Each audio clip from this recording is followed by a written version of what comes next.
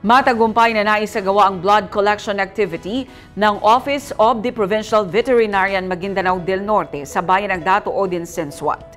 Ang Partners in Peace and Progress story mula kay Marcos Uy.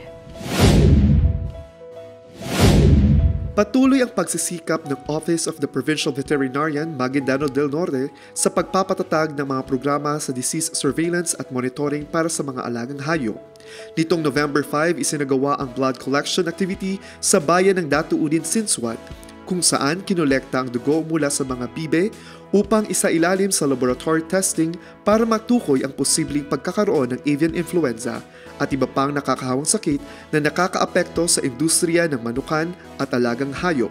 Layunin ng programang ito na mapalakas ang maagang pagtuklas, pag-iwas at pagkontrol sa mga sakit na maaaring makaapekto hindi lamang sa mga alagang hayop kundi maging sa kalusugan ng tao at seguridad sa pagkain. Ayon sa Office of the Provincial Veterinarian, ang inisyatibang ito ay pagpapakita ng matatag na commitment ng pamahalaang panlalawigan sa Maguindanao del Norte sa pamumuno ni Governor Dato Tukaw Mastura upang maisulong ang sustainable livestock at poultry development sa buong lalawigan.